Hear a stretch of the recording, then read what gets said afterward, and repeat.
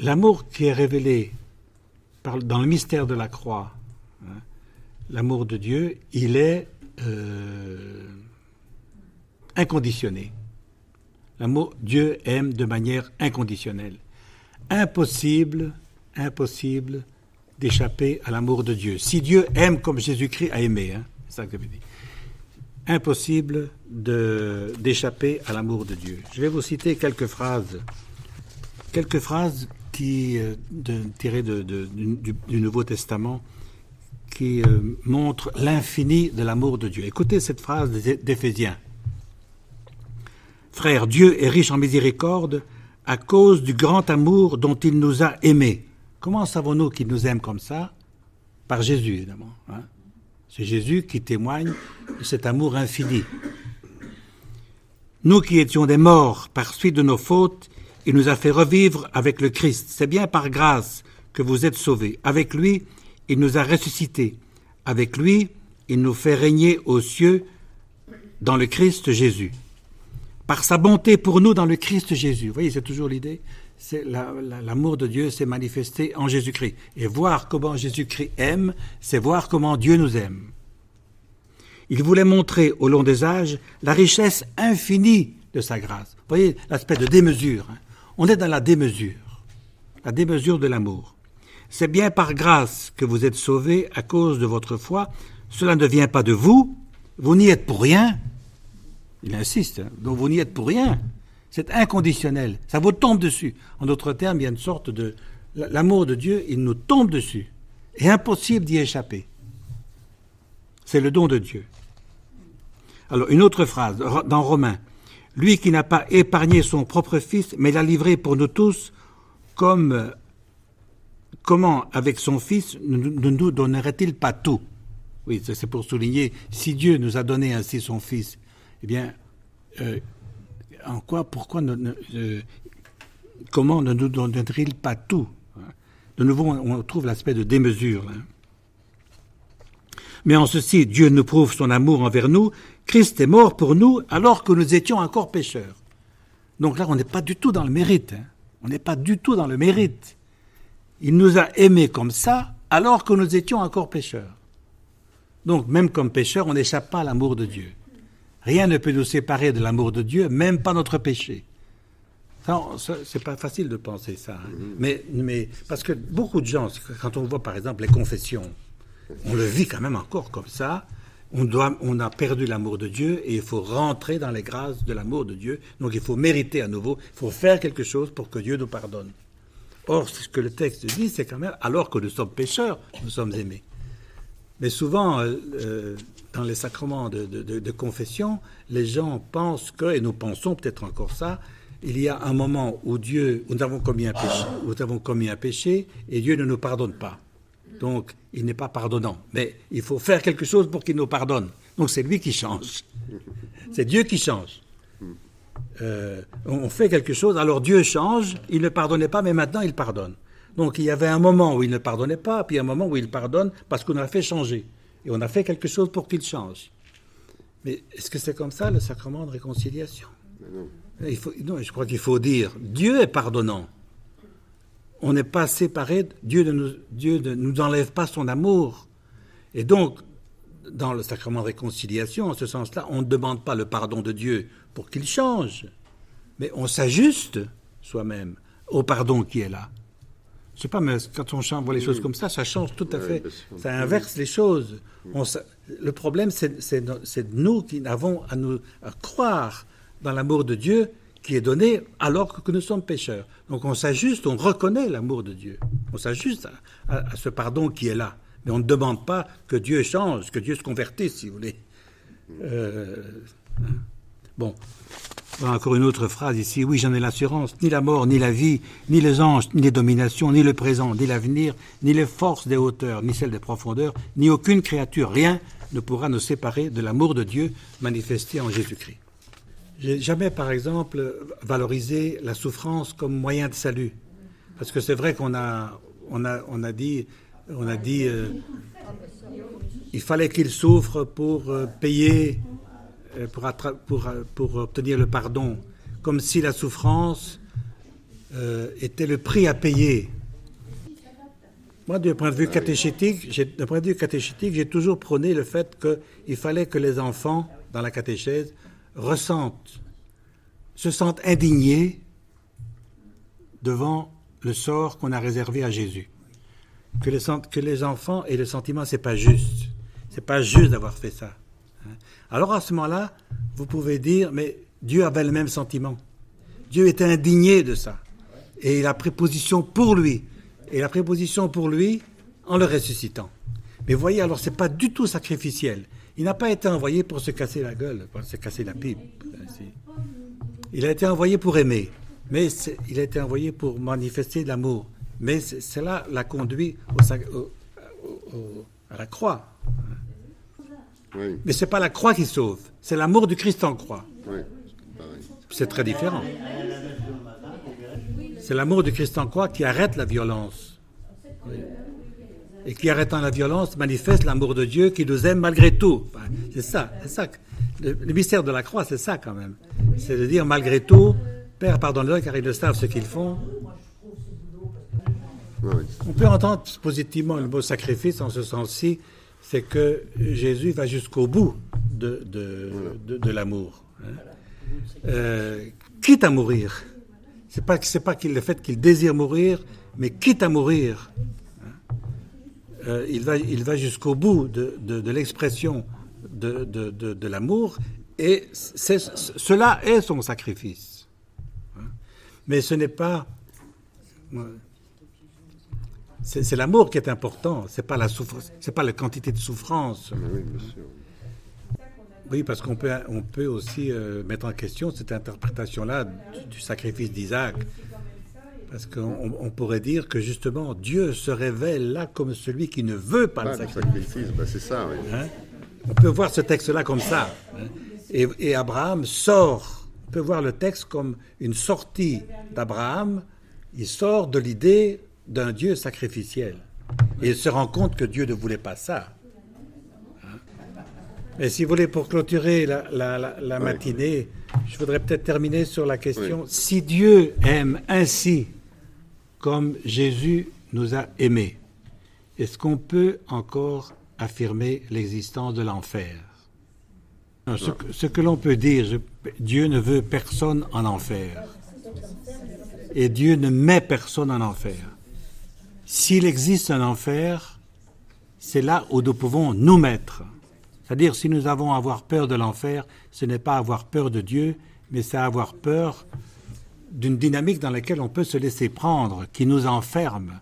Si, par exemple, par rapport à quelqu'un d'autre, je dis « Ah non, cette personne-là, à cause de ce qu'elle a fait, jamais je ne pardonnerai. Jamais, jamais. » On peut, à un moment donné, ce qu'on appelle l'endurcissement du cœur, se fermer et se replier, alors on s'enferme. Donc si l'enfer existe, ce n'est pas un lieu où Dieu nous met, ce n'est pas un lieu dont il nous menace, c'est un lieu dont il veut nous enlever. Le frère Emmanuel, qui est un frère de Thésée, il dit dans un de ses livres, Dieu passe son éternité à maintenir les portes de l'enfer ouvertes pour que ceux qui y sont en sortent. Mais vous voyez, c'est aussi des représentations très différentes de celles qu'on a quand même pu apprendre, où à un moment donné, on disait, c'est claqué, quoi. À un moment donné, il y a un jugement, et puis paf, vous êtes en enfer, définitivement, et les portes se ferment. Et ici, d'abord, personne, si Dieu est Père, c'est vrai, si Dieu est Père, il ne peut pas nous mettre en enfer. Comment voulez-vous qu'un père ou une mère mette son fils, même criminel, en enfer? Et puis, Dieu deviendrait... Comment on fait dire, ce serait un crime contre l'humanité, si on y réfléchit bien, pour une faute mortelle. Voyez, Matthieu 25, les boucs. Qu'est-ce qu'on reproche aux boucs? Ils n'ont pas donné à manger à ceux qui ont faim, ils n'ont pas visité les prisonniers, ils n'ont pas vêtu de ceux qui étaient nus. Mais on ne dit pas qu'ils ont tué, on ne dit pas qu'ils ont violé, on ne dit pas qu'ils ont volé. Au fond, ce sont des fautes d'omission. Et à cause de ces fautes d'omission, où les gens sont surpris d'ailleurs, parce qu'ils ne savaient pas, on leur donne une peine, une torture éternelle. il y a une disproportion énorme entre la faute et la sanction. Alors on va dire, ça c'est le Dieu aimable. Il y a quelque chose qui ne va pas quand même dans l'affaire. Et puis quelqu'un disait, oui, mais on condamne les boucs, ce sont les hommes, et les brebis, ce sont les femmes. Ce sont les femmes. Hein. Ça ne va pas. Ah, ça... oh là là. Bref, vous voyez, ce texte pose quand même question. Mais ce qu'on peut dire, si l'amour de Dieu est tel, il ne veut personne en enfer, il veut sauver les gens de l'enfer. Hein? Alors, il y a un péché pour lequel il n'y a pas de pardon, c'est ce qu'on pourrait appeler la faute contre l'Esprit Saint ou l'endurcissement du cœur. Qu'est-ce que c'est que l'endurcissement du cœur? C'est effectivement, l'endurcissement du cœur, je pense que c'est réagir méchamment devant la bonté.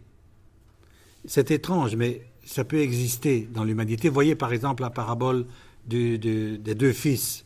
Le deuxième fils, il devient méchant parce que son père était bon. Hein? Je ne te reconnais pas. Il valait mieux qu'il reste là où il était dans la mort. Hein? Et je ne te reconnais pas. Tu es trop bon avec lui, celui. Donc c'est considérer que la bonté est injuste. Ou si vous regardez aussi la parabole des ouvriers à la dernière heure, hein, où tout le monde reçoit le même salaire, alors les premiers disent c'est pas juste. Et le maître dit pourquoi ton œil est-il mauvais? Parce que je suis bon. Mais vous voyez, quand la bonté entraîne la méchanceté, évidemment, on se met en dehors du pardon. Le pardon est toujours donné, mais à un moment donné, le pardon glisse là-dessus, il n'a plus de prise. Puisque plus on est bon, plus l'autre devient méchant.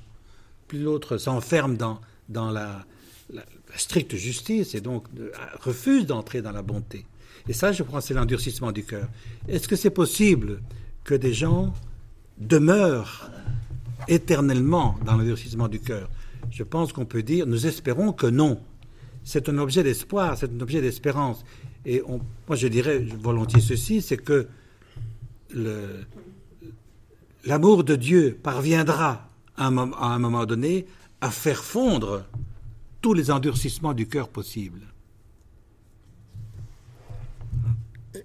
Est-ce que ce que tu dis là, ce n'est pas lié à la culpabilité? C'est-à-dire dans ce sens où quand je me ferme à la bonté de l'autre, oui, c'est parce que j'ai une culpabilité en moi, mais je dis non, c'est pas possible, je me sens coupable. Et donc je ne peux pas accueillir la bonté de l'autre.